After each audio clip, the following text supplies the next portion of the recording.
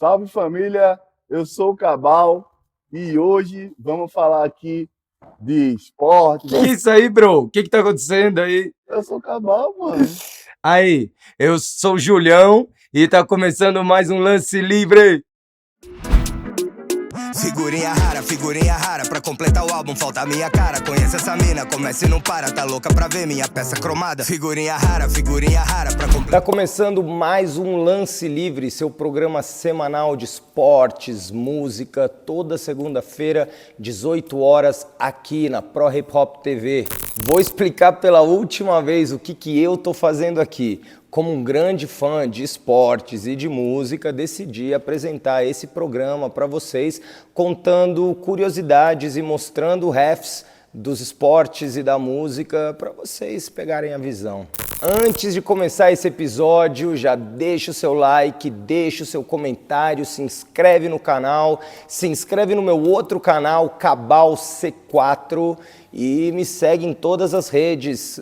Você me encontra como C4BAL.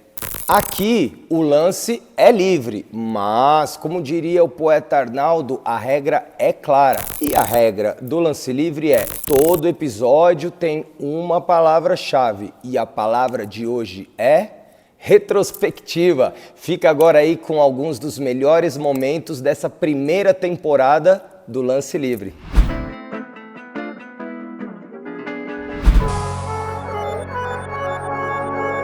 Para começar o programa Lance Livre, nesse primeiro episódio, falando sobre dedicação, quem é a primeira pessoa que vem à sua mente quando você pensa em dedicação nos esportes? No caso, eu penso no Cristiano Ronaldo, CR7, o cara que já tá com 30 e vários anos, mas tem um físico que, cara, bate com muito moleque de 20 anos aí, tá ligado? É um cara que, não come chocolate, não bebe Coca-Cola, tem uma alimentação super regrada, ele treina muitas horas por dia, inclusive até na hora de ver ali a novelinha, de ver ali o Sport Center, os programas ali, ele tá ali como? Fazendo um abdominal, pedalando ali na bike, junto com o filho dele, inclusive, que tá sempre acompanhando ele, e é um cara que traz muito esse conceito da dedicação, da ética de trabalho, né, pra carreira dele, porque o Cristiano Ronaldo, venhamos e convenhamos, ele não tem assim a genialidade do Lionel Messi e nem aquela habilidade malemolente do Neymar, né? Então ele achou um jeito de compensar isso como? Com treino. Tanto é que ele é chamado de robozão, né? Não é por acaso que ele treinou tantos fundamentos e teve tanta dedicação no dia a dia, no trabalho dele, que ele se tornou uma máquina. O cara chuta com a perna direita, chuta com a perna esquerda, tem uma impulsão impressionante e é o robozão, né? CR7 da massa. Kobe Bryant foi um dos maiores jogadores de basquete de todos os tempos. Infelizmente, a gente perdeu ele recentemente, né, num trágico acidente, onde ele morreu, cara, e tava junto com ele a filha dele. O sonho dela era se tornar uma jogadora na WNBA. E o Kobe viu o quanto era desigual, assim, sabe, o marketing, a promoção da WNBA em relação à NBA. Então ele meio que se tornou um embaixador da WNBA, né, que é a Liga de Basquete norte-americana feminina. Cara, o Kobe Bryant, ele acordava todo dia às 4 horas da manhã e ia dormir sempre à meia-noite com a bola embaixo dos braços. Ele era sempre o primeiro a entrar na quadra e o último a sair. Teve uma vez que ele machucou o ombro direito, né, porque ele arremessava com a mão direita. E os médicos falaram, você tem que ficar de repouso. Mesmo assim, ele falou, não, eu preciso treinar. Ele tinha tanta fome, assim, de ganhar, e ele era tão dedicado que ele chegou aí com o ombro imobilizado e ele de pijama colocou o uniforme por cima e começou a arremessar com a mão esquerda. Essa imagem é muito marcante, assim, sabe? E o Kobe Bryant, ele desenvolveu uma mentalidade que ele chamava de Mamba Mentality, tá? Que é o quê? Ele descobriu, né, a cobra Black Mamba, né, a mamba negra, que é uma cobra super ágil, que tem um bote muito rápido, e ele associou isso a ele, né, que ele queria ser esse animal assassino dentro da quadra. E junto dessa mentalidade, ele trouxe uma perspectiva de seja sua melhor versão todos os dias. Então, dedicação é uma palavra que não tem como a gente falar sem pensar no Kobe Bryant.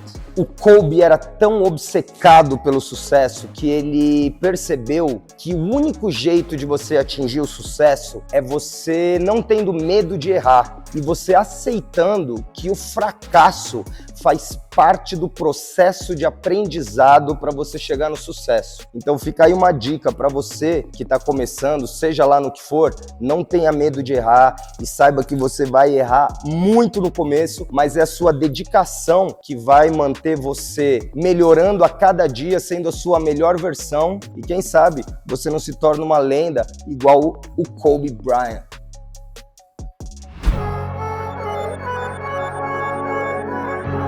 Agora chegou a hora de falar um pouco de música, né? Eu já falei de esportes e aí chegou a hora da gente conectar o mundo dos esportes com o mundo da música. E tem um rapper que inclusive é o meu rapper favorito. Se tivesse uma foto no dicionário, na definição da palavra dedicação, teria uma foto do Weezy F Baby, o Lil Wayne, um dos rappers mais líricos e um dos caras responsáveis por toda a estética da cena trap de hoje. Lil Wayne, pra quem não sabe, ele tem quase 2.000 músicas gravadas, é um cara que entra no estúdio, tem uma história engraçada que uma vez ele entrou no estúdio e gravou, sei lá, 50 músicas numa sessão e no dia seguinte ele pediu pro engenheiro de som assim, cara, eu quero ouvir aí o que eu gravei ontem, que eles ficaram tipo 2 horas só pra escutar o que o cara tinha gravado. O Lil Wayne, inclusive, ele tem uma série de mixtapes, né, que o Lil Wayne foi um dos caras responsáveis, inclusive, pelo crescimento da cena das mixtapes na indústria do rap nos Estados Unidos. E ele tinha uma ética de trabalho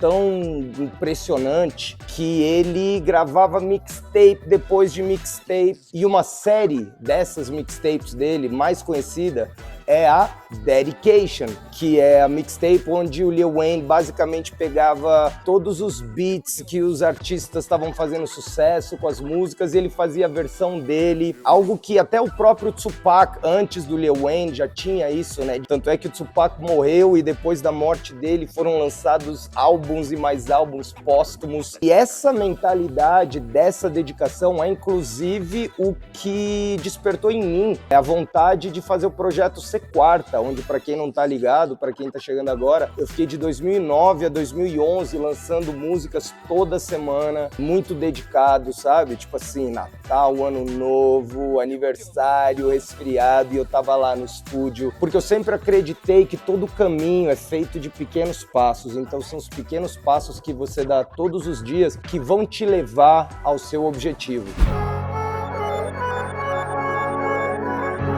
Para não dizerem que eu só falo dos gringos e da cultura gringa, vou mandar uma ref brasileira de um rapper que eu sou muito fã dele, é o Major R.D. O Major R.D. é um cara que também, com a sua dedicação, alcançou destaque na cena brasileira do rap e do drill e do trap, com um jeito muito característico de cantar, que você vê que é uma parada que é dele, que ele não tentou seguir a onda do que todo mundo estava fazendo, mas ele insistiu na estética dele, que é essa voz meio gritada, meio demônio da Tasmânia, e é um dos meus rappers favoritos aqui no Brasil. Inclusive, o Major R.D. tem uma música que eu adoro, que chama 60K, que fala muito bem sobre esse lance da dedicação. Ele fala: ouço falarem que o esforço vence o talento, gosto desse argumento. Eu nunca quis ser melhor que ninguém, apenas tive o comprometimento. Então, com essa mentalidade, o Major R.D. também conseguiu o destaque dele através da dedicação. Para encerrar o lance livre de hoje, vou mandar para vocês uma dica, certo? Que engloba todo esse universo dos esportes e da dedicação, e tem uma trilha sonora braba, que é o documentário da Netflix, né? Uma série documental que chama Last Chance U. Last Chance é a última chance, U de universidade, onde jovens que estão no último ano para irem para as faculdades renomadas e se tornarem os próximos astros das ligas norte-americanas. Essa série mostra o dia a dia desses jogadores, os desafios e tudo que envolve, né, a dificuldade de se tornar um astro no mundo dos esportes, onde você pode ter todo o talento do mundo, mas sempre vai ter alguém acordando mais cedo, se alimentando melhor, treinando mais forte. E esse seriado é muito legal porque ele é sobre a vida real, sabe? Ele mostra, assim, os sonhos desses jovens que querem se tornar os próximos astros, mas também mostra como nem sempre os finais são felizes, né? A série Last Chance U começou falando sobre o futebol americano, mostrando os jovens ali tentando entrar na liga da NFL, né? E agora saiu uma nova temporada que fala sobre o basquete, que mostra esse mesmo conceito, né? Da última chance na universidade, no caso no basquete, para os moleques que querem chegar na NBA. Então fica a dica aí, certo? Pega a ref, Last Chance U, disponível no Netflix. Como diria o poeta Rocky Balboa, não é o quão forte você bate, mas é o quanto você aguenta apanhar, tá ligado? E se tem um cara nos esportes que aguentou muita porrada, esse cara é o Klay Thompson, um dos Splash Brothers, né? Junto com o Steph Curry, um cara que revolucionou o modo de jogar na NBA, basicamente, junto com o Steph Curry, porque até então, antes deles, você via ali um time fazendo 7 bolas de 3, 10 bolas de 3 na partida toda. Os caras começaram a meter 10 bolas de 3 por quarto. Tipo, uou! E o Klay Thompson é um cara que entrou na NBA como um dos pure shooters, né? Um dos arremessadores puros. Ele tem um arremesso muito bonito, uma mecânica de arremesso muito bonita. Infelizmente, ele é um cara que ele perdeu muito tempo com contusões. Inclusive, é surreal pensar que ele ficou quase 1000 dias sem entrar numa quadra. Primeiro ele machucou o joelho, depois ele machucou o tendão de Aquiles, depois ele machucou o outro joelho. O que ele fez? Ele abaixou a cabeça e ficou treinando, se recuperando. E você pensa, você passar 1 ano fazendo fisioterapia, se recuperando de uma lesão, para você se lesionar de novo. O quão resiliente você não tem que ser para superar todas essas adversidades, mas não deu outra. Klay Thompson voltou para a NBA e foi campeão de novo junto com os Golden State Warriors, que já podem ser consideradas uma das maiores dinastias, se não a maior dinastia da nossa década. Inclusive, quando o Klay Thompson finalmente, depois de quase 1000 dias, pisou novamente numa quadra, depois da partida ele deu uma entrevista, assim, na verdade, antes até da partida começar, eu confesso que eu chorei assistindo de casa, assim, porque eu me identifiquei muito com ele. Eu tive uma fase na minha vida que eu passei por momentos difíceis, que eu tive que superar adversidades, e só quem já esteve nesse lugar sabe o quão emocionante é você ficar meses e meses se preparando e finalmente voltar. E ele também caiu as lágrimas e no fim do jogo foi muito lindo. Então, exemplo de superação. Klay, amo você, Klay.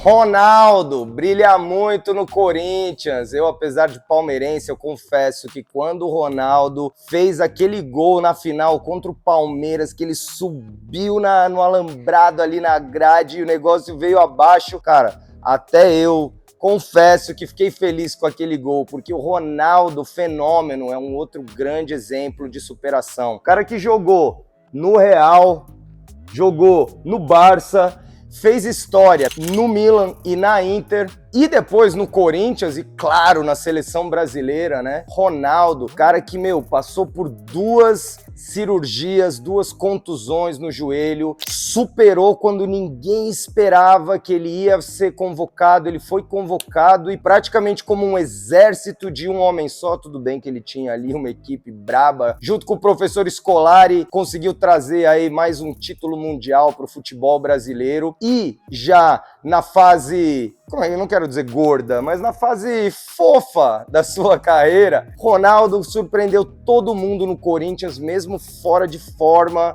meteu vários golaços e trouxe muita alegria para os corintianos e nem tanta para palmeirenses e torcedores de outros clubes. Ronaldo, um grande exemplo de superação.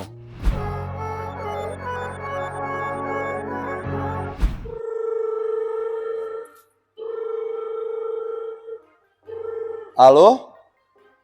Pizza? 5 caras trazendo? Tá esquisito isso daí, hein? Acho que foi algum engano.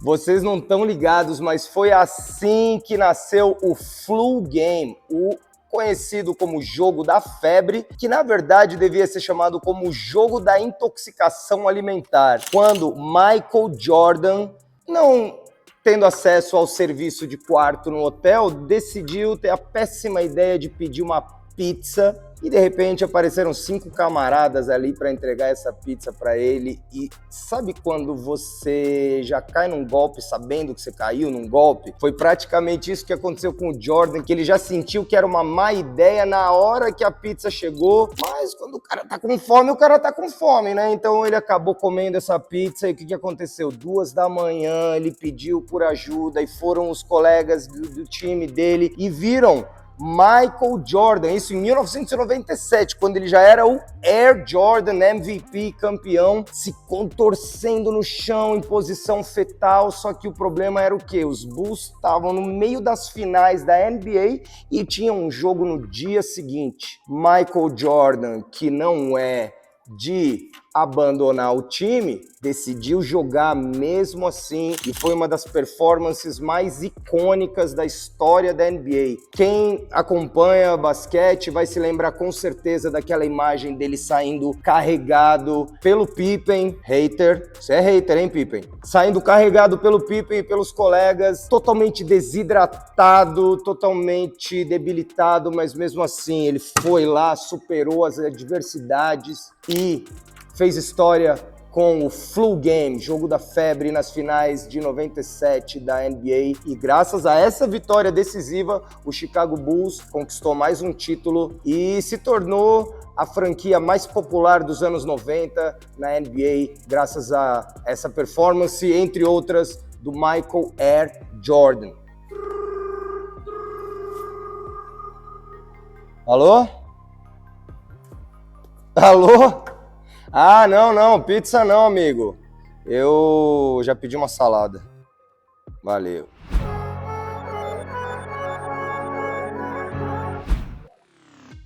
Many men, many, many, many, many men. 50 Cent, Curtis Jackson, outro grande exemplo de superação. O cara tomou muitos tiros e como vaso ruim não é fácil de quebrar, como dizem aí, né? O cara tomou muitos tiros, mas sobreviveu para contar a história, inclusive para rir dos caras que atiraram nele, que tentaram acabar com a vida dele. Depois, quando ele assinou com o Dr. Dre e com o Eminem, lançou o álbum Get Rich or Die Trying, que foi um grande sucesso e catapultou o 50 para outro patamar, tá ligado? Junto com o Jay-Z, junto com o Nas, numa época que ele foi considerado ali um possível novo rei de Nova York. E além disso, essa história virou um filme, né? Get Rich or Die Trying, que traduzindo é Fique Rico ou Morra Tentando, que foi exatamente essa mentalidade que o 50 trouxe, inclusive num momento que o jogo do rap, ele tava muito meloso, ele veio com aquelas letras gangsta, cheio de click-clacks e barulhos, efeitos de tiros, e o 50 destilou todo o veneno dele contra os inimigos dele, que tentaram tirar a vida dele.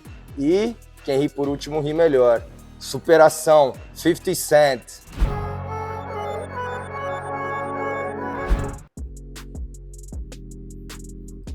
O que é mais tradicional do que uma regata vermelha com o número 23? Aqui no Brasil, talvez um bife com arroz, feijão e batata frita, mas a gente tá falando de algo muito tradicional. Michael Jordan, o MJ, o número 23, o cara que imortalizou a camisa do Chicago Bulls. Foi um símbolo por muitos anos, tanto é que tem gente que acredita que o logo da NBA, que para quem não tá ligado é o Mr. Jerry West, né, que é conhecido como o Homem Logo, é o símbolo da NBA. Muita gente acha que o símbolo tinha que ser o próprio Air Jordan, né? Como ficou conhecido o apelido do MJ, né? Ele teve o apelido Air porque ele parava no ar com as enterradas dele. E o Michael Jordan, além de ter sido, na minha opinião, o maior jogador da história da NBA e um cara que foi eleito muitas vezes o MVP, que ganhou muitos títulos com o Chicago Bulls, ele foi o responsável praticamente sozinho por trazer os sneakers para a moda. Vou te explicar como. O Michael Jordan assinou um contrato com a Nike e assim nasceu o famoso Air Jordan. E é muito louco que esse contrato quase não se materializou, porque na verdade o Jordan era muito fã da marca Adidas e ele queria assinar um contrato com a Adidas e a Nike teve que pagar muito para ter o Jordan, mas vou te falar, foi o dinheiro mais bem gasto com certeza na história da Nike, porque depois do Air Jordan 1 veio o 2, o 3, o 4, o 5 e vieram muitos modelos. Inclusive, você pode perguntar para qualquer moleque que curte basquete ou não, se você perguntar para ele qual é o tênis mais brabo que tem, ele vai falar, é o Jordan. O Air Jordan se tornou a Ferrari dos tênis, inclusive sempre brincando com as cores branco, preto e vermelho tradicionais do Chicago Bulls no começo, mas hoje em dia você encontra os Air Jordans em azul, em rosa, em roxo, cano baixo, cano médio, cano alto, de todos os estilos, virou uma febre, inclusive tem modelos que valem centenas de milhares de dólares, de tão exclusivos e de tão raros que eles são. Também são muito customizados, muita gente hoje faz os Air Jordans junto com marcas de alta costura. Enfim, Michael Jordan, muita tradição no basquete, e o Air Jordan, muita tradição na moda.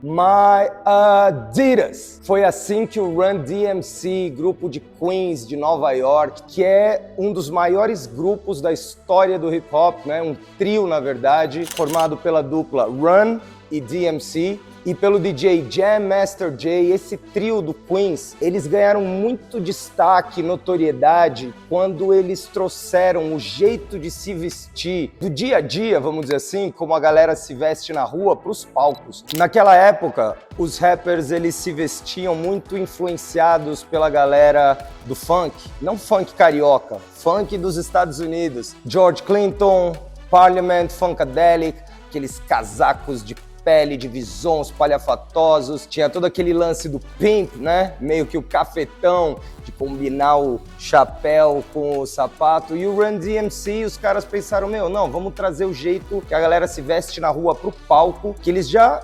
imaginavam que ia ter uma conexão com a juventude, com o público jovem. E aí eles decidiram, então, usar o quê? O Adidas, aquele Adidas clássico, com o branco, com as 3 listras pretas, junto com uma jaqueta de couro e um chapéuzinho preto. E teve um dia que foi marcante, que na época, o Leo Cohen, o manager, né, do Run DMC, ele convidou um executivo da Adidas para assistir um show do Run DMC, porque eles já tinham a música My Adidas, né? Quer dizer, eles fizeram a música antes de ter o patrocínio. Muita gente acha que o Run DMC começou a usar Adidas e aparecer com Adidas porque eles foram contratados, mas é o contrário, eles foram contratados porque eles começaram a usar o Adidas, até que um dia em 1986, o Run, ele foi na frente do palco, ele levantou o tênis da Adidas e toda a galera que tava ali na plateia levantou o Adidas também. E naquele momento, o executivo da Adidas que tava lá, ele não teve dúvida, preciso assinar com esses caras. Curiosidade,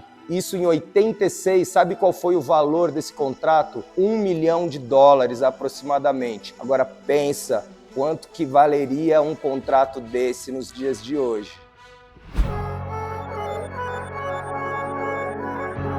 Falando em tradição, quando você pensa num time tradicional, de repente você pode pensar no Santos, do Pelé, mas nos Estados Unidos tem um time que é o mais tradicional de todos, que é o New York Yankees. Como não associar a cidade de Nova York, aquela camisa branca com as listras azuis e aquele boné com NY, que eu tenho certeza que ou você já teve ou você vai ter um dia. E um dos caras que é responsável pela popularização do boné dos Yankees é o Jay-Z. Jay-Z, nascido Sean Carter, no Brooklyn, em Nova York. Inclusive o Jay-Z, em uma das músicas, ele fala: eu posso fazer o boné dos Yankees mais famoso do que um jogador dos Yankees pode. Isso é verdade, tanto é que eu tenho certeza que quando você vê um boné azul marinho dos Yankees, você imediatamente pensa no Jay-Z. Jay-Z que imortalizou a cidade de Nova York, assim como Frank Sinatra algumas décadas atrás. Jay-Z, junto com Alicia Keys, né, criou um dos maiores hinos da cidade de Nova York, e ele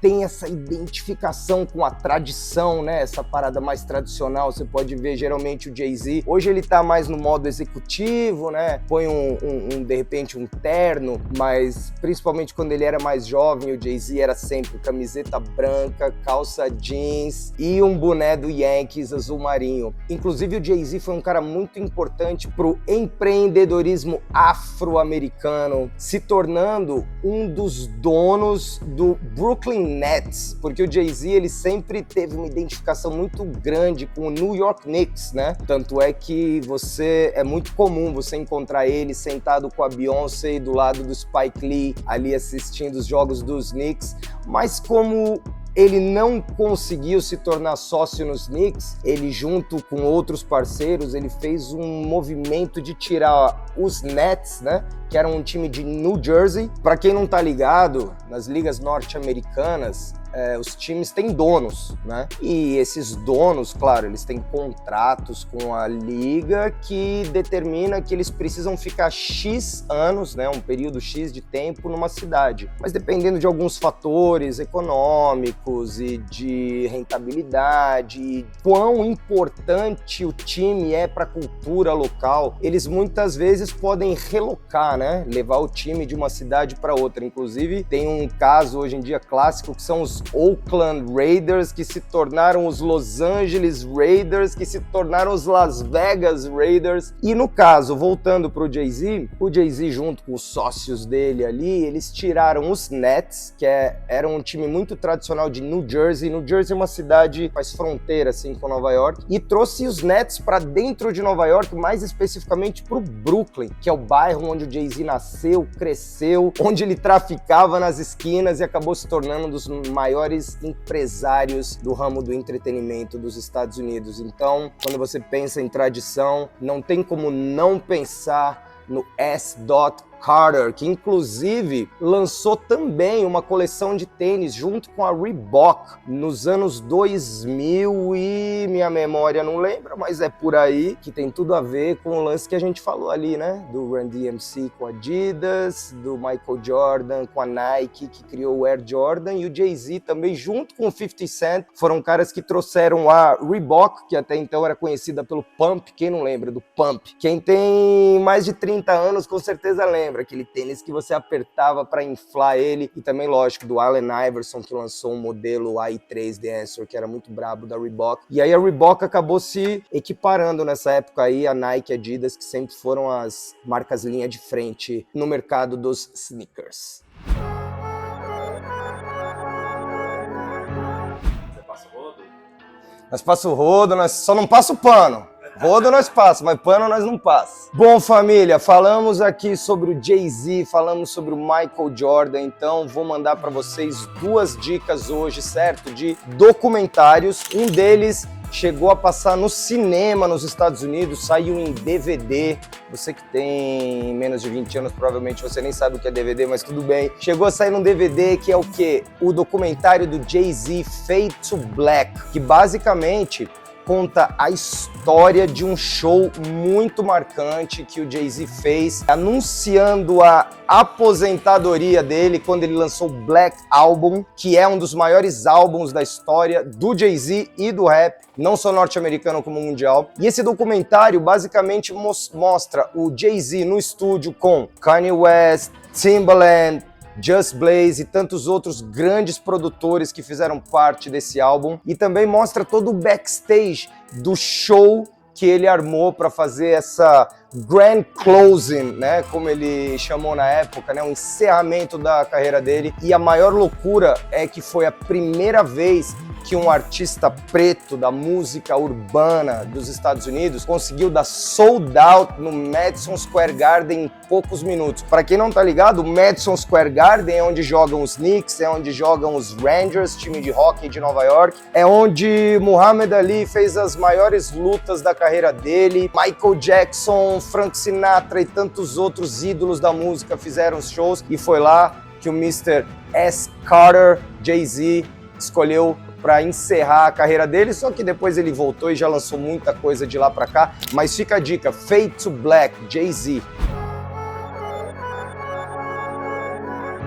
Outro documentário, ou melhor, uma série documental muito braba, é a Last Dance, né? Traduzida A Última Dança, que foi o termo que o técnico do Chicago Bulls, o Phil Jackson, deu para convencer o time, né? Porque assim, pra quem não tá ligado, o time do Chicago Bulls foi uma dinastia nos anos 90. Eles tinham só Michael Jordan, Scottie Pippen, e depois ainda veio Dennis Rodman, Tony Kukoc, Steve Kerr, que hoje é técnico do Golden State Warriors, foi um cara decisivo também nessa dinastia dos Bulls. E aí chegou uma época ali que já a galera já tava estressada, o relacionamento no vestiário já não era dos melhores, a galera já não tava descascando aquela laranja junto, tá ligado? E aí o que aconteceu? O técnico Phil Jackson convenceu o time dizendo o seguinte: rapaziada, essa vai ser a nossa última dança. E daí veio o nome, The Last Dance, que é muito legal pra você conferir assim, né, a história do que passou por trás das câmeras. Inclusive, rolaram várias tretas e mostra como o Jordan, né, que é esse cara assim que foi o grande líder do time, muitas vezes ele era não tão querido pelos colegas, porque ele era um cara que exigia demais, assim, sabe? E ele era um cara que ele sempre queria estar com a bola na mão, ele sempre queria estar decidindo as partidas, e o Phil Jackson conseguiu convencer ele que muitas vezes para os Bulls continuarem ganhando, ele tinha que deixar um pouco de ser o foco, de ser o destaque. Enfim, é uma novelinha dividida em episódios e vale muito a pena vocês verem, não só para quem curte esporte, mas para quem curte as relações humanas mesmo que se passam num time ou numa grande família. Fica a dica aí, The Last Dance. O que é underdog? Underdog é alguma coisa entre subestimado e azarão. Basicamente, é a mentalidade de alguém que chega no topo, mas ninguém botava fé.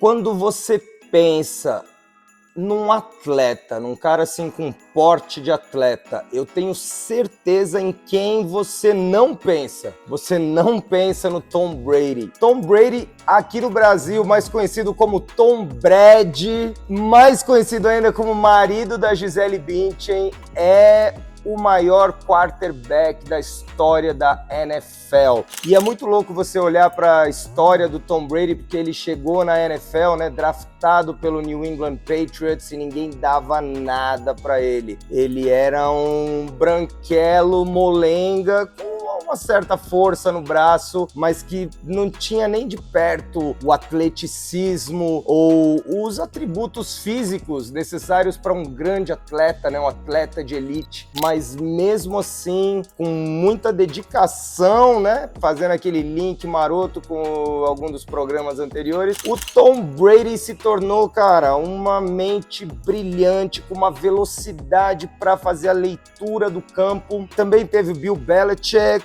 né, que foi um grande treinador que junto com o Tom fizeram uma dinastia no New England Patriots, mas com certeza o Tom Brady foi um grande underdog, aquele cara que chega no topo e ninguém botava fé, mas o cara tem muitos anéis e continua ganhando. Hoje ele tá jogando no Tampa Bay Buccaneers, foi campeão recentemente. Claro que agora tem aí o Patrick Mahomes, tem vários outros quarterbacks que estão dando trabalho para ele, mas o Tom Brady continua aí já nos seus 40 e tantos anos. Até a Gisele já parou de desfilar e o Tom continua como?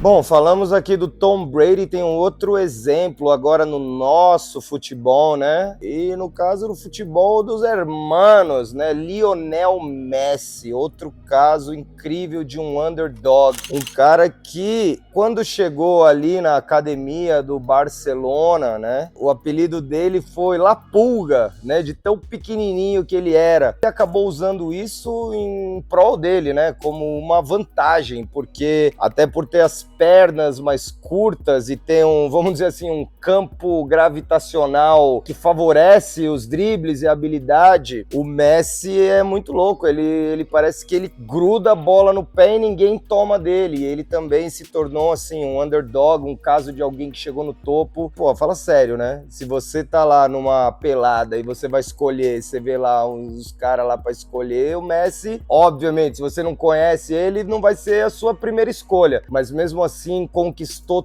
tudo no Barcelona, né? Que equipe incrível que o Barcelona teve ali junto com o Pep Guardiola, Puyol, Busquets, Dani Alves, Iniesta, Xavi, timaço.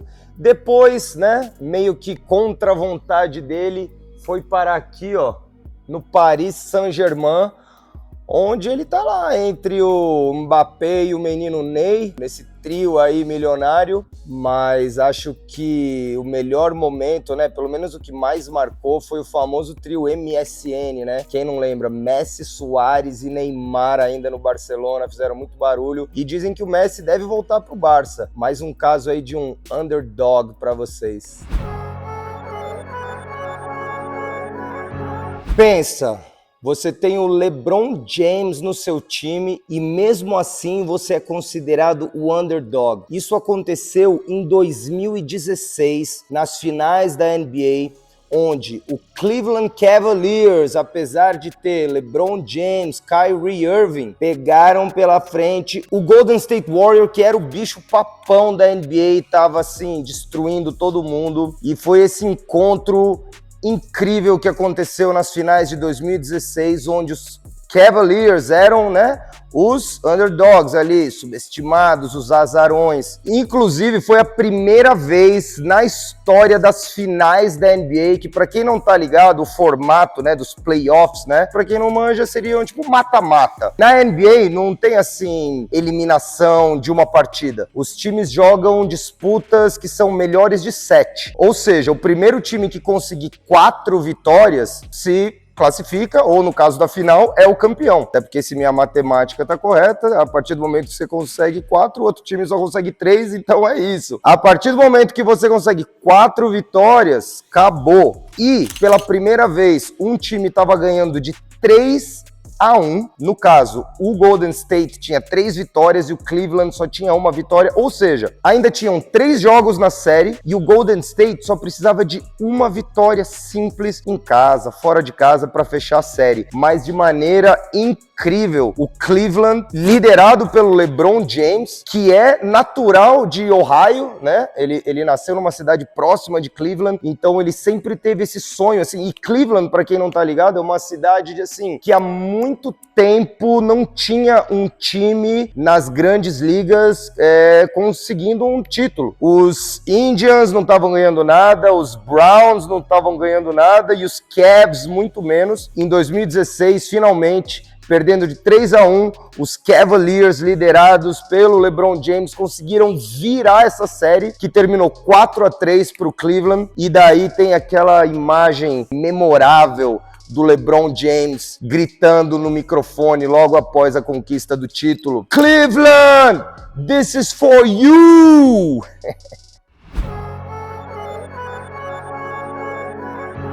Pensa num cara que tem um sonho, e o sonho desse cara é ser artista. Ele quer ser um cantor, ele quer ser um rapper. Só que esse cara não conseguia oportunidade para ser o artista, para ser o rapper, para ser o centro das atenções. Então, esse cara começou a produzir beats e fazer batidas e, de repente, os beats dele começaram a fazer sucesso entre os artistas e os rappers. Mas ele, ainda assim, ele não queria ser o produtor, ele queria produzir para ele ser o artista. Até que esse camarada conseguiu uma chance no selo do Jay-Z, na época Rockefeller Records. Estamos falando aqui do Kanye West, que hoje é um dos maiores artistas do mundo, uma das mentes mais revolucionárias e brilhantes e uma figura muito engraçada que parece que vive numa outra realidade. Esses dias ele estava perguntando quanto que custa o planeta Terra, porque ele vai comprar o planeta Terra e daqui a pouco acho que ele vai ser o nosso rei, King West. Mas o Kanye, ele tem uma história assim total de underdog. Ele é um cara que vem de Chicago, de uma situação onde ele nunca foi o gangsta, o cara que conseguia o respeito através da credibilidade na rua, e ao mesmo tempo ele sempre quis ser aquele cara que ostenta, que tá com as roupas da moda, com as coisas da moda. Só que acho que nem no sonho mais maluco dele ele imaginou que ele se tornaria o Yeezy, ou talvez ele já sabia, vai saber o que se passa na mente de Kanye West, mas ele é uma história assim total de underdog, de um cara que veio dos estúdios, de trás das câmeras e dos holofotes para se tornar uma das figuras mais importantes da música, da moda e até da política. O cara apoiou até o Donald Trump, tá ligado? Tipo, Kanye West casou com a Kim Kardashian, junto com a Adidas, onde ele lançou o Yeezy, que se tornou um produto, assim, muito requisitado. É muito curioso isso, porque o Kanye, ele vem de uma escola, vamos dizer assim, mais underground, né? Que é os rappers usando mochila, aquela coisa meio backpacker, só que ele levou isso para um outro nível, já mostrando a genialidade dele, juntando a cultura underground com high fashion, né, no caso Louis Vuitton, e depois também, enfim, entre outras coisas, fez parceria com a Nike, com várias marcas. O cara que trouxe, por exemplo, de volta o 808, inclusive eu tive a oportunidade de estar com ele no estúdio aqui no Brasil e foi uma experiência incrível. Ele pediu para alguns músicos de samba, convidou alguns músicos de samba para irem ao estúdio e ele ficou ali gravando os caras. Com certeza, alguns daqueles timbres foram pro 808 and Heartbreaks, que era o álbum que ele estava fazendo na época. Eu vi na minha frente ele gravando um verso pro remix da Beyoncé, da música Eagle, Big Eagle, enfim, Kanye West, mais um underdog, um cara aí que veio do nada pro topo. Inclusive tem um documentário aqui, ó, que eu não vi, como fazia o Silvio Santos, eu não vi, mas o meu parceiro Oliver viu e tá indicando para vocês, inclusive vou aproveitar a dica, vamos assistir juntos? Aí vocês deixam aqui nos comentários o que vocês acharam e eu respondo vocês. A gente mantém essa interação aí, valeu? Genius, no Netflix. Canise! Falando de amor no esporte, eu me identifico com jogadores que passaram a carreira toda num clube só. Pensei num jogador que acredito que a maioria de vocês aí que já tem, sei lá, seus 30 anos vai se lembrar muito bem, que é o Carlos Puyol, jogador espanhol que defendeu o Barça, o Barcelona, a sua carreira toda. Foi um dos maiores zagueiros, chegou a jogar como lateral direito também, mas principalmente como zagueiro, ganhou muitos títulos no Barcelona, junto com Messi, Xavi, Iniesta, daquela seleção que o Barça tinha. E o Puyol, ele era tão, assim, agressivo com os atacantes, com os adversários, que ele ganhou o apelido de El Tiburón, ou em português, o Tubarão. Indo para a NBA, um caso de amor muito bacana é do Tim Duncan, jogador do San Antonio Spurs, que passou 19 temporadas com o San Antonio Spurs, ou seja, toda a sua carreira. Ele chegou como um calouro tranquilo, muito disputado por todas as equipes na época e calhou dele ir para o San Antonio Spurs, que já tinha o David Robinson, que foi um dos maiores pivôs da história da NBA. Se você não conhece, pesquisa aí David Robinson. E quando o David Robinson se aposentou, o Tim Duncan formou um trio, junto com o Manu Ginóbili e o Tony Parker, e eles ganharam muitos títulos e fizeram uma dinastia. Ele tem um perfil muito discreto, dizem que ele é o cara, foi o cara mais chato da NBA, e ele tem uma história de amor também, de uma relação muito legal com o técnico da equipe, o Greg Popovich, que inclusive é descrita essa relação por vários veículos como a maior história de amor nos esportes.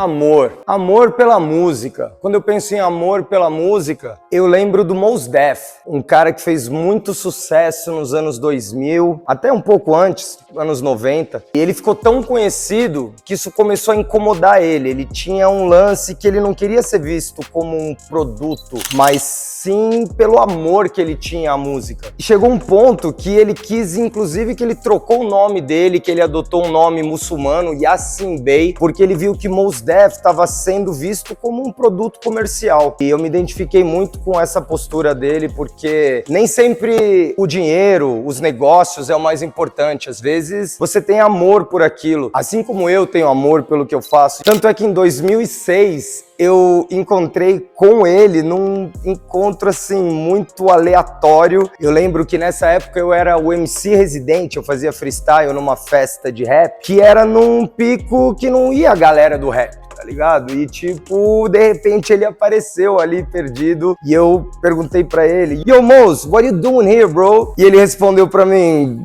me falaram que essa era a festa legal pra tá. E eu falei: não, bro, não. Eu vou levar você pra onde a festa, onde tá a galera do rap. E eu levei ele pra festa onde eu também me apresentava. E nessa noite, que era a festa onde ia a galera do rap, chamava Mood Club até, a galera de São Paulo conhece, com certeza. E nessa noite tava tendo um evento da NBA, e tava lá o Max B.O., o Auri, o DJ Keffin, mó galera, e de repente eu chego com o Mos Def, todo mundo olhando assim, sem entender nada, mas acabou sendo uma noite memorável, onde a gente mandou freestyles ali, tiramos uma onda, e assim aconteceu o encontro aleatório de Cabal e Mos Def, ou melhor, de Mos Def e Cabal, e pra mim ele é uma grande inspiração, não só pelo talento, pela habilidade, mas pelo amor que ele tem à cultura.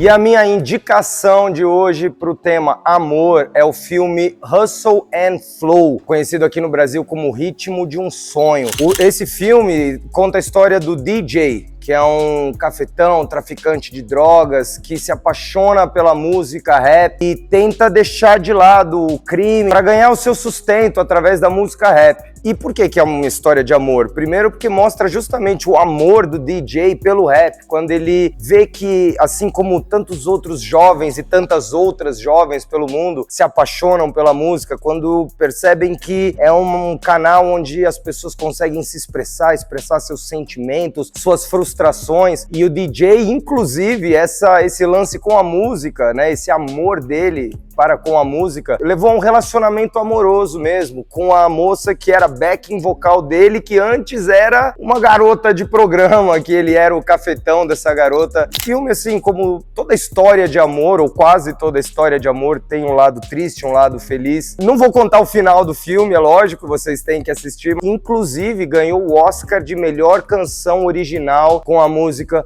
You Know It's Hard Out Here for a Pimp. Isso aí, Hustle and Flow. Traição é um tema muito comum nos esportes.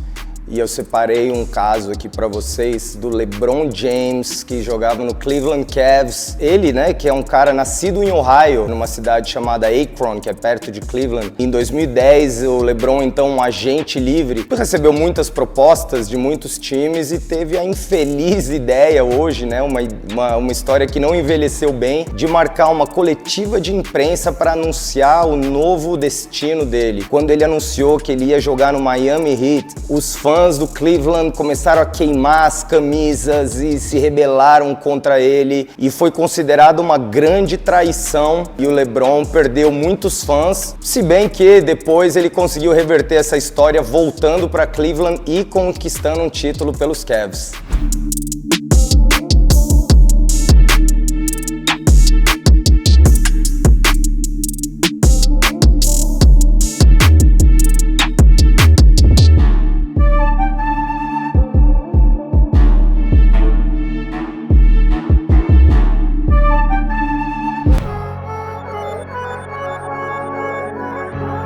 Na música, a traição é um tema muito comum também. Um caso interessante aconteceu quando o Lil Wayne, então presidente da Cash Money Records, junto com o Baby, o Birdman, ele considerava como um pai pra ele, que é o cara que, pegou ele adolescente e deu as primeiras oportunidades pra ele. Tanto é que eles se cumprimentavam dando um selinho, lançaram um álbum incrível juntos, Like Father, Like Son, mas chegou um momento que o Lil Wayne percebeu que a contabilidade dele não estava batendo e a gravadora começou a segurar o lançamento dele, né, tipo empurrar a data de lançamento, e então o Lil Wayne se sentiu traído e começou a reclamar e começar uma batalha pública contra o Birdman, pedindo para que ele fosse liberado da gravadora, e hoje em dia eles até trocam ideia, mas foi uma traição braba essa daí.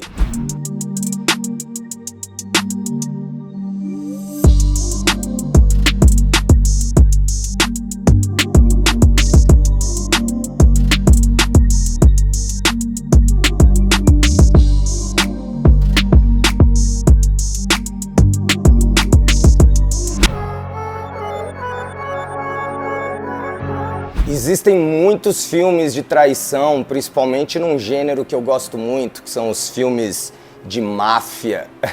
E eu separei um filme brabo pra vocês, que aqui no Brasil chama Cães de Aluguel, filme do Quentin Tarantino, inclusive, se eu não me engano, é o primeiro filme dele, assim, né, antes dele se tornar realmente o Quentin Tarantino, e é um filme que, cara, é baseado na traição entre ladrões de banco, que após um roubo, na verdade, de uma joalheria, um pouco frustrado, se encontram num lugar, e esse filme basicamente passa todo num galpão. Dizem que é aí que um diretor mostra o talento dele, quando ele consegue fazer uma obra foda, sem contar com recursos e um orçamento e cenários. E fica aí a dica, Cães de Aluguel, filme muito brabo.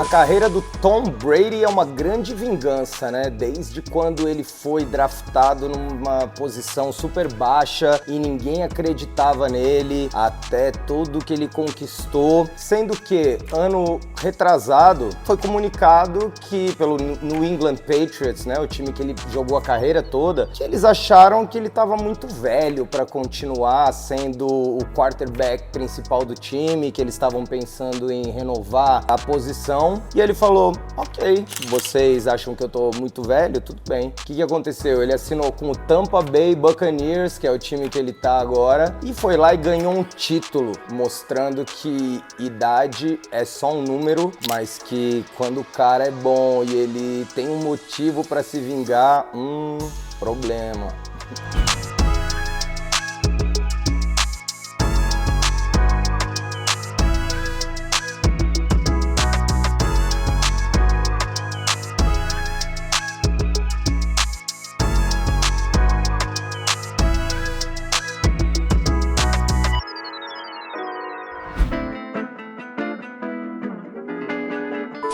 Um cara que nunca perdoou ninguém e não perdoa até hoje, não perde uma oportunidade de zoar os adversários dele, é o 50 Cent. É um cara que começou no underground de Nova York com uma música que já chamava How to Rob, onde ele falava que ia roubar o Jay-Z, ia roubar o Nas, inclusive ele fala que ia roubar o Ja Rule, que depois acabou sendo roubado, e começaram a rolar uns comentários assim, né, que era o 50 que tinha roubado a corrente do Ja Rule. Meio que ligou esse roubo com o 50 Cent. Depois disso, ele começou a ser meio que chantageado pela galera da Murder Inc., gravadora do Ja Rule. Depois disso, entre várias indiretas, acabou que o 50 foi baleado 9 vezes por um suposto parceiro do Ja Rule. E quando todo mundo achava que o 50 estava acabado, ele acabou assinando com o Eminem e com o Dr. Dre, e ele não poupou as suas balas e começou a disparar muitos tiros em direção ao Ja Rule. Podemos dizer que o 50 praticamente acabou com a carreira do Ja. Esse cara é rancoroso.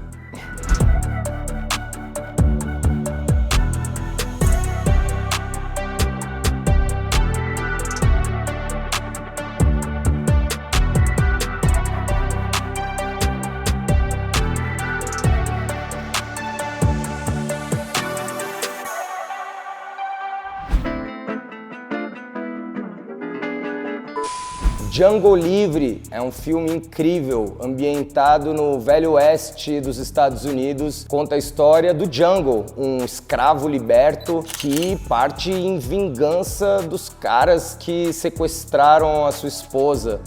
E nessa jornada ele acaba se vingando dos escravocratas, junto com o seu parceiro Schutz, formam uma dupla muito improvável. Um filme com um plot twist muito legal, com um final surpreendente e cheio daqueles momentos onde você se sente recompensado pela vingança do protagonista. Fica aí a indicação, Django Livre, certo? Vingança.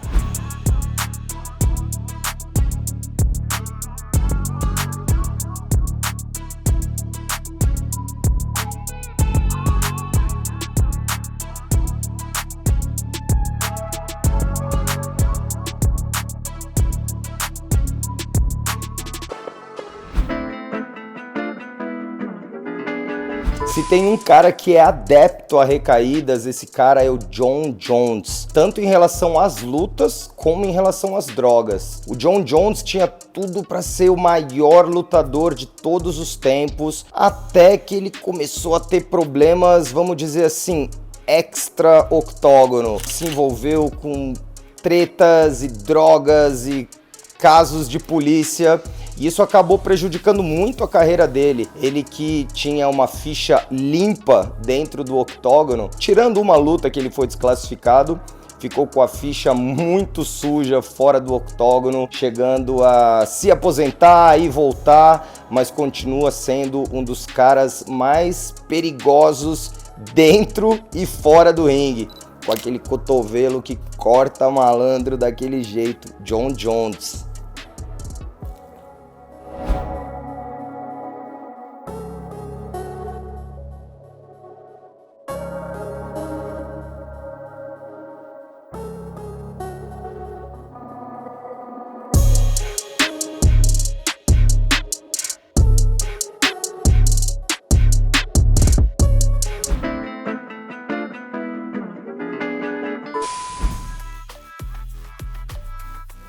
Uma das melhores séries de todos os tempos e a minha favorita, Breaking Bad. Uma série que fala muito sobre recaída, conta a história do pacato Walter White, professor de química, que se torna o Heisenberg, um dos maiores narcotraficantes de metanfetamina nos Estados Unidos. E lida com a recaída no sentido, né, do Heisenberg querendo sair do jogo e voltar. E também o Jesse Pinkman, que era o parceiro dele ali na produção das drogas, que tendo recaídas também com as drogas, enfim. É uma série que ganhou muitos prêmios e é considerada uma das melhores séries de todos os tempos, que inclusive gerou um spin-off, que é uma outra série muito boa, Better Call Saul, que é a história do Saul Goodman, o advogado do Heisenberg. Fica a dica aí, Breaking Bad.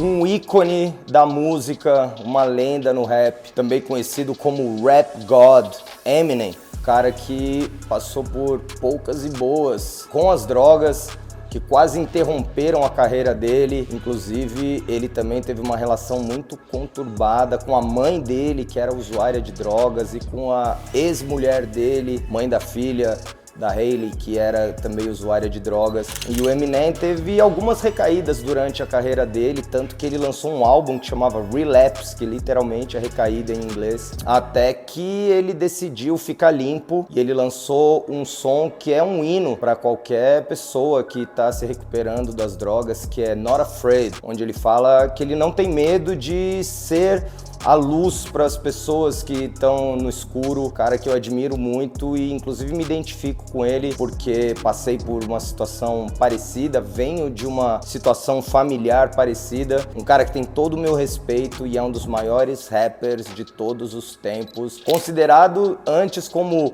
o maior rapper branco, mas hoje com certeza entre os maiores rappers, ponto.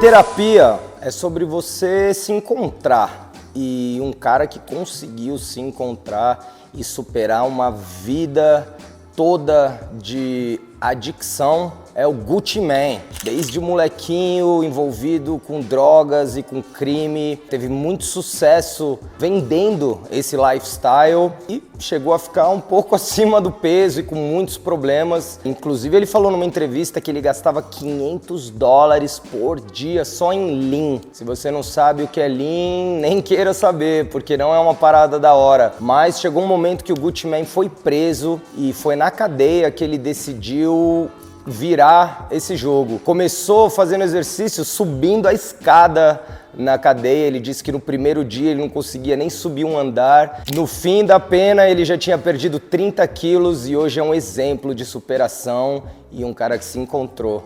Gucci Mane. Brrr!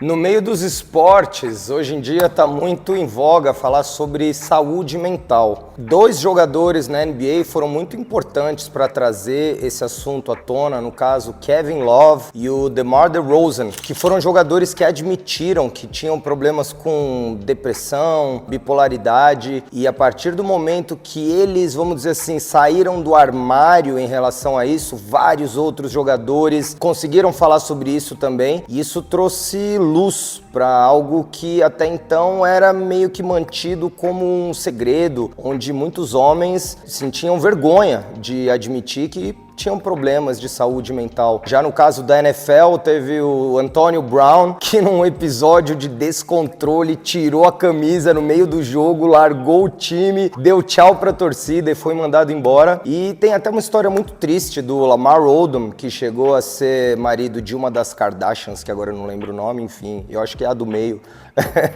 Infelizmente ele morreu, teve problemas com drogas e questões de saúde mental, foi um cara que não conseguiu se recuperar, mas muito legal ver que hoje jogadores são exemplos não só de admitir sua vulnerabilidade, como de buscar solução para esses problemas.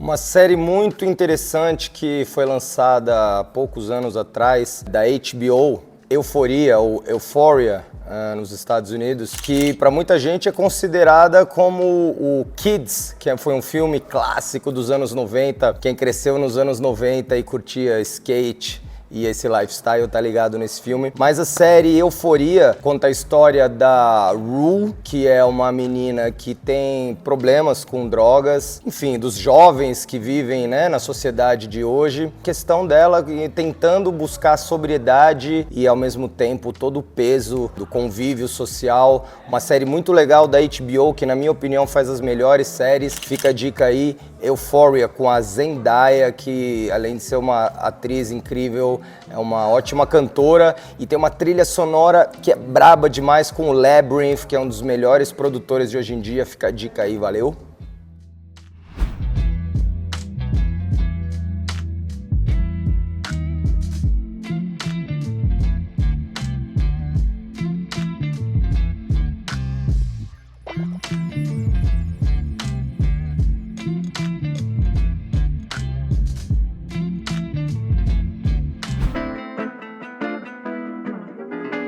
Na indústria da música existem muitos casamentos de sucesso. Dr. Dre, por exemplo, ele é um cara que costuma se casar com seus parceiros, em suas parcerias no bom sentido. Você vê com o Eminem, com o Snoop Dogg, inclusive com o Jimmy Iovine, lançando o Fone, Beats by Dre, enfim, muitas parcerias de sucesso. Mas vale a pena citar também a realeza do hip-hop, do Jay-Z com a Beyoncé, que se casaram efetivamente, inclusive num casamento envolto de mistérios, e até hoje estão juntos e com certeza são o casal mais poderoso da indústria, tipo Bonnie e Clyde. Inclusive fica a dica, um documentário muito brabo disponível na Netflix que fala sobre essa parceria do Dr. Dre com o Jimmy Iovine, chama The Defiant Ones, vale muito a pena.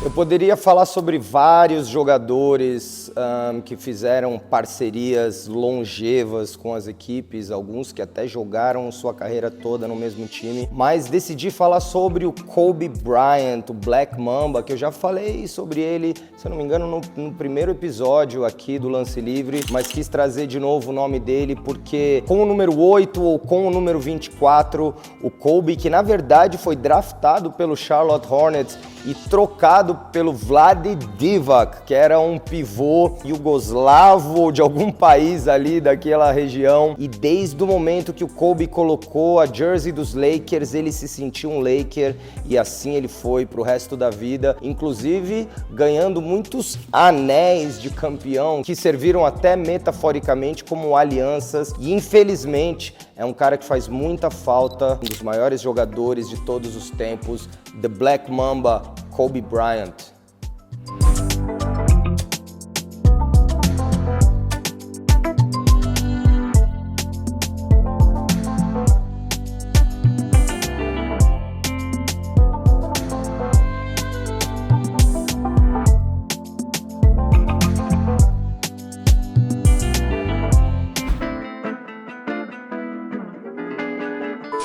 E a dica de hoje é a série Empire, que conta a história de um casal que se torna um ex-casal. Enfim, no meio de vários conflitos, o Lucius e a Cookie administram uma gravadora que inclusive se chama Empire Records. E essa gravadora só dá certo porque a Cookie acaba indo presa no lugar do Lucius, e isso faz com que o Lucius se torne um empresário poderoso, porque ele teve e tem uma mulher poderosa ao lado dele, mesmo que não como um casal, mas mantendo a aliança familiar, a aliança nos negócios. Será que eles ficam juntos e felizes para sempre? Aí você tem que assistir a série para saber.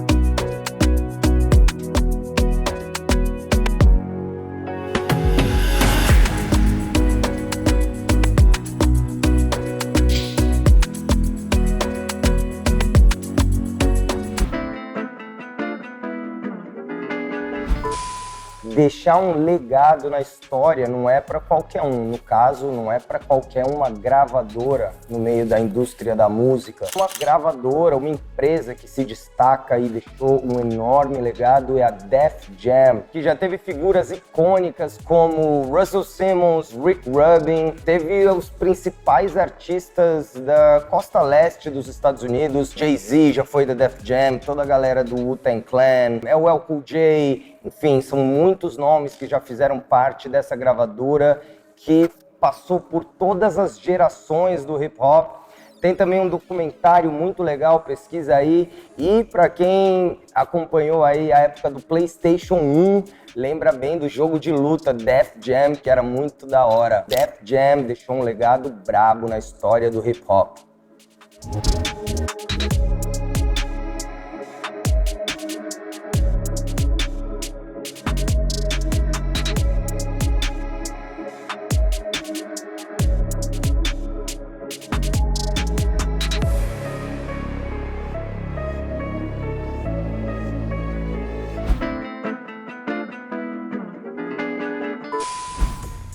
Existem algumas dinastias no mundo dos esportes. É chamada de dinastia uma equipe que ganha muitos títulos, geralmente um atrás do outro, numa sequência. Podemos citar provavelmente a maior dinastia dos esportes norte-americanos, que são os New York Yankees. Também podemos falar do Chicago Bulls, do Michael Jordan, ou dos Lakers e dos Celtics, ou até mais recentemente dos Warriors, do Steph Curry. Enfim, são muitos exemplos de dinastias nos esportes norte-americanos. E no Brasil, recentemente, temos a dinastia do Palmeiras, não é mesmo?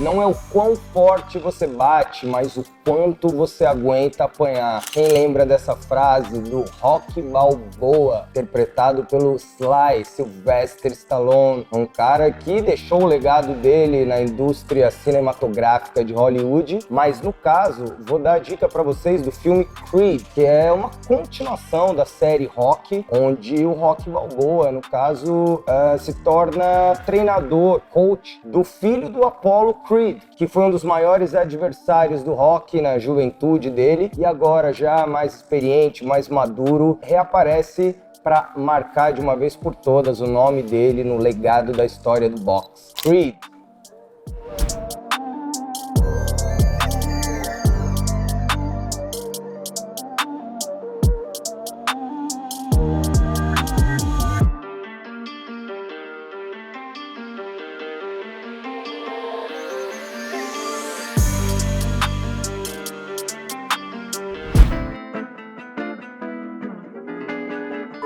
Valeu, família! Espero que vocês tenham curtido essa primeira temporada do Lance Livre.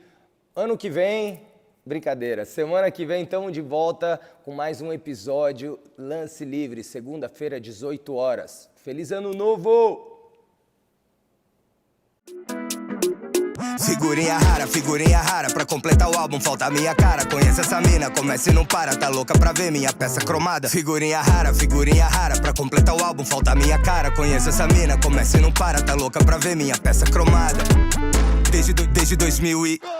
Eu sei o que é ser febre, começou quando a mãe dela seguia, só que hoje a filha da mãe me persegue. Tá atrás do Veig e do Felipe Hatch, que é o Nagali e também o L7, ainda que é o 9, baby não negue. Em pleno 2022, ano da Copa do Mundo, foguete meu mano, chama o Toburo. Não deixe que o flash te segue. Copo cheio de lama, tô puro? Não. Cheio de grana, mas o que ela ama, na cama tô duro, que é o pacote então. Abre pro chefe, outfit corta vento e bala clava, enterrando os cara, passa a bola, Lebron, bala crava.